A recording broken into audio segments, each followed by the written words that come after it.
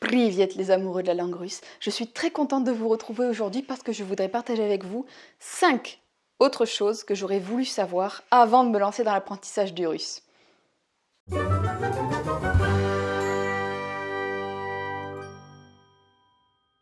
Mais avant de commencer cette vidéo, je vous invite à cliquer sur le premier lien que vous trouverez en barre d'infos, qui est celui de la Bible du débutant en russe.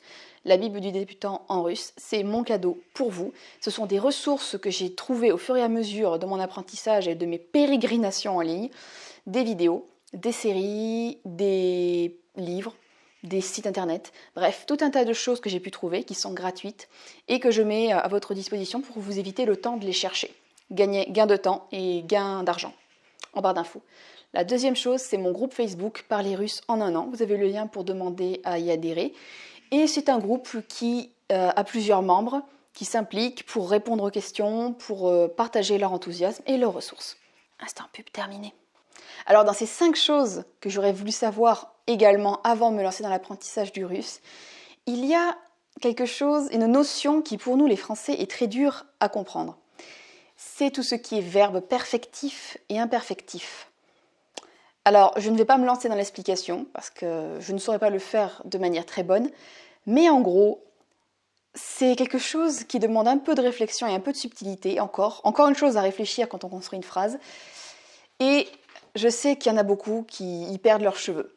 Donc voilà, j'aurais voulu savoir, avant de me lancer dans le russe, que j'aurais à me casser un peu les dents sur les verbes perfectifs et imperfectifs. Une deuxième chose à laquelle je n'avais pas assez réfléchi, bien que je m'en doutais, c'était l'accent. Non pas l'accent tonique, l'accent des personnes, comme l'accent du Sud en France, l'accent du Nord, l'accent de Paris, et oui, à Paris il y a un accent, l'accent de Bordeaux, l'accent de l'Alsace, bref.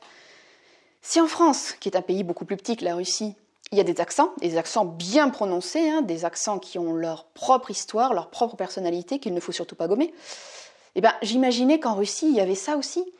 Mais je pensais que le pays était si grand que peut-être les accents n'étaient pas aussi importants que chez nous. Eh bien, c'était faux. J'en ai parlé beaucoup avec ma prof de russe, Elena Meledina, et elle me disait que, à l'oreille, elle était tout de suite en mesure de savoir si la personne qui lui parlait était un moscovite, était une personne plutôt du nord de Moscou, enfin du nord au-dessus de Moscou, du sud au-dessus de Moscou, de l'est, de l'ouest, bref. Grâce à l'accent, elle a été capable d'identifier un petit peu d'où la personne venait. Et ça, c'est quelque chose dont je n'ai pas encore acquis la nuance. Je n'ai pas encore saisi les nuances des accents.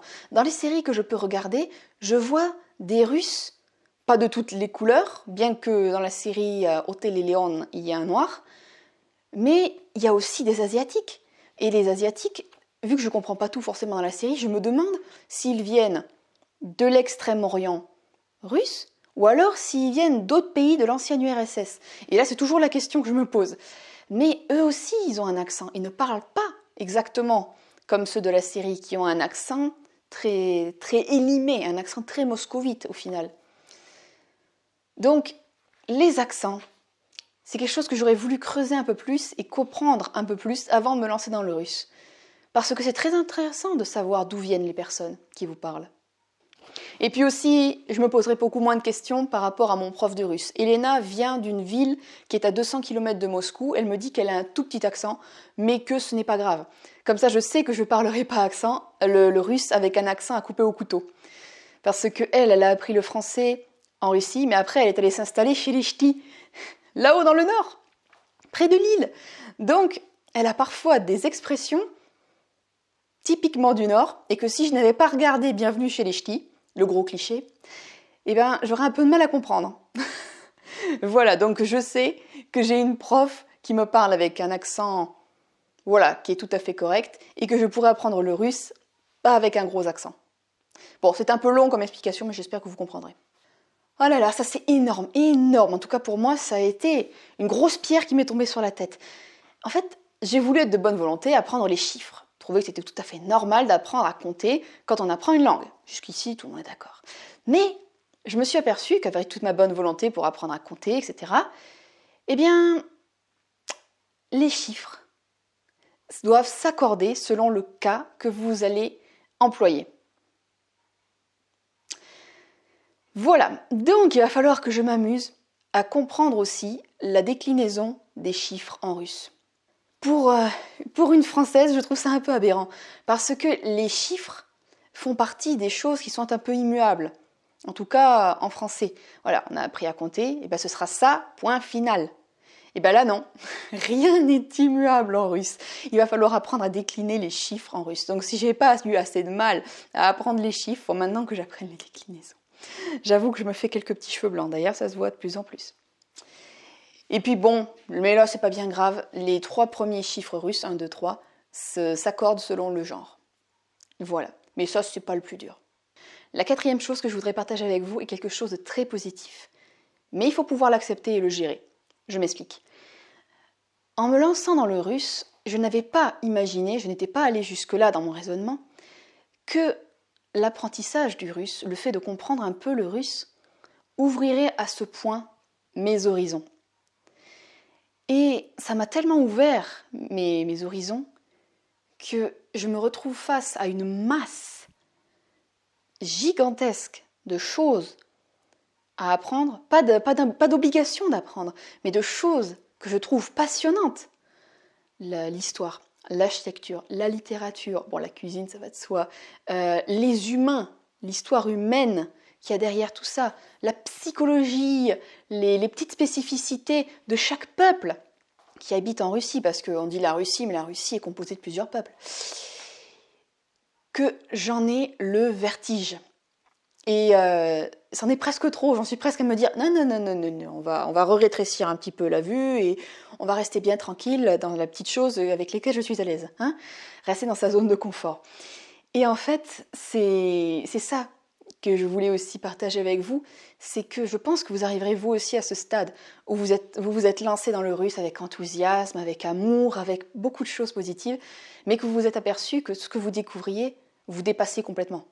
Et je pense que c'est un stade où il faut que l'on accepte tout simplement d'être si petit, si minuscule, microscopique, face à quelque chose d'énorme, qui nous dépasse, mais d'une taille poussière-univers.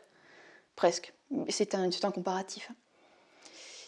Donc, je n'avais pas conscience de ça avant de m'être lancée dans l'apprentissage du russe et d'avoir passé plusieurs mois à apprendre le russe. Et je trouve que c'est quelque chose de très positif, mais qu'il faut quand même vous souligner. La 5e chose que j'aurais aimé savoir avant de me lancer dans l'apprentissage du russe, et ça fait très mal, c'est que en russe, quand tu apprends quelque chose, ce n'est pas gravé dans le marbre. Je m'explique, je vous ai donné tout à l'heure l'exemple des chiffres. Les chiffres, je les ai appris. Pour une francophone, logiquement, un chiffre est gravé dans le marbre. 1, ça se dit 1. 10, ça se dit 10. Et puis c'est tout. Quelle que soit la situation, tu diras toujours 10. Ou dizaines. Ou décades. Mais toujours des choses qui tournent autour de ça.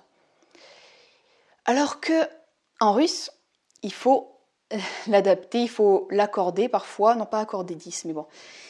Il faut pouvoir accorder le cas. Voilà, il faut pouvoir changer les cas s'il y a besoin.